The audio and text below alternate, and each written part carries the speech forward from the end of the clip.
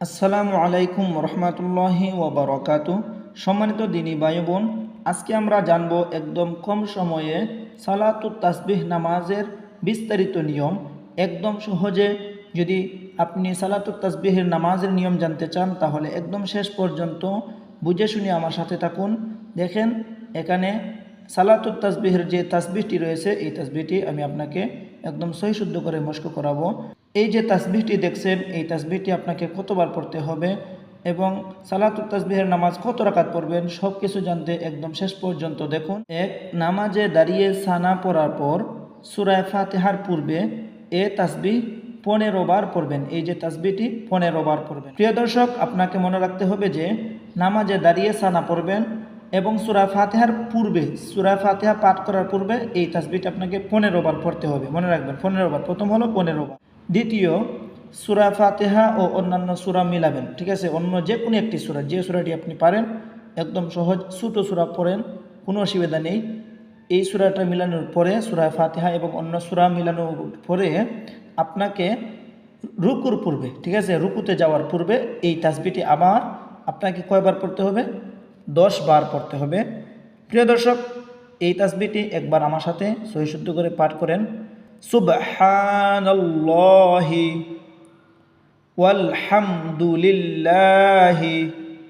ওয়ালা ইলাহা ইল্লাল্লাহু ওয়াল্লাহু আকবার 10 বার পড়তে হবে। ঠিক আছে, কোন সময়?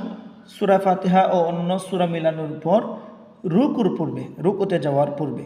ঠিক আমরা জানতে পারলাম রুকুতে যাওয়ার আগে এই তাসবিহটিকে আরও 10 বার পড়তে হয়।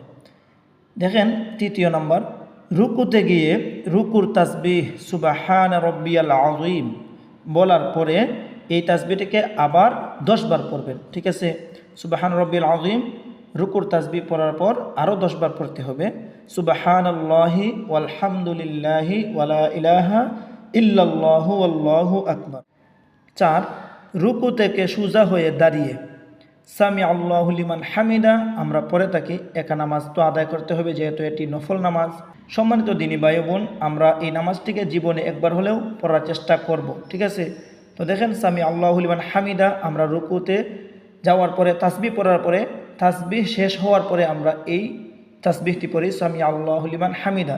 এই তাসবিহটি পড়ার পর দাঁড়ানো অবস্থায় এই যে নিচের তাসবিহটি সুবহানাল্লাহি ওয়ালহামদুলিল্লাহি ওয়ালা ইলাহা ইল্লাল্লাহু আল্লাহু আকবার আরও 10 বার পড়বেন। ঠিক আছে, নিয়মটা আপনাকে মনে রাখতে হবে।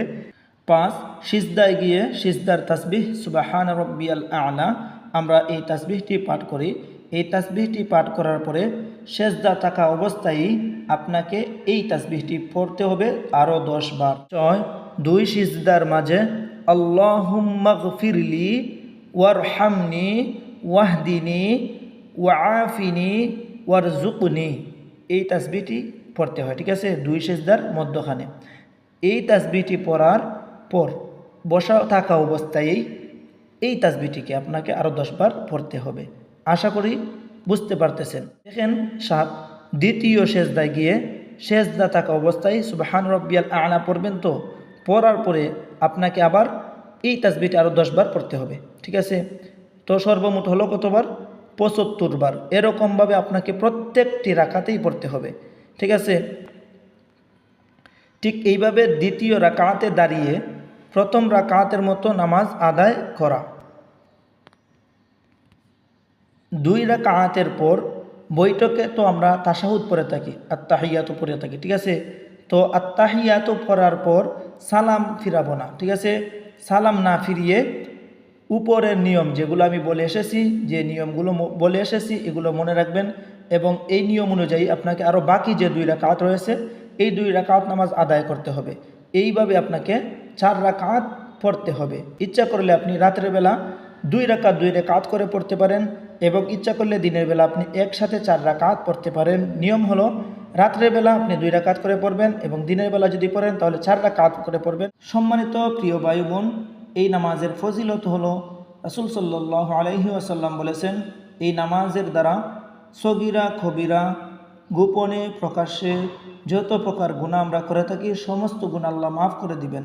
তো প্রিয় দর্শক, এই নামাজটি আমরা জীবনে একবার হলেও পড়ার চেষ্টা করব, আর যদি পারি তাহলে বেশি বেশি করে পড়ার চেষ্টা করব।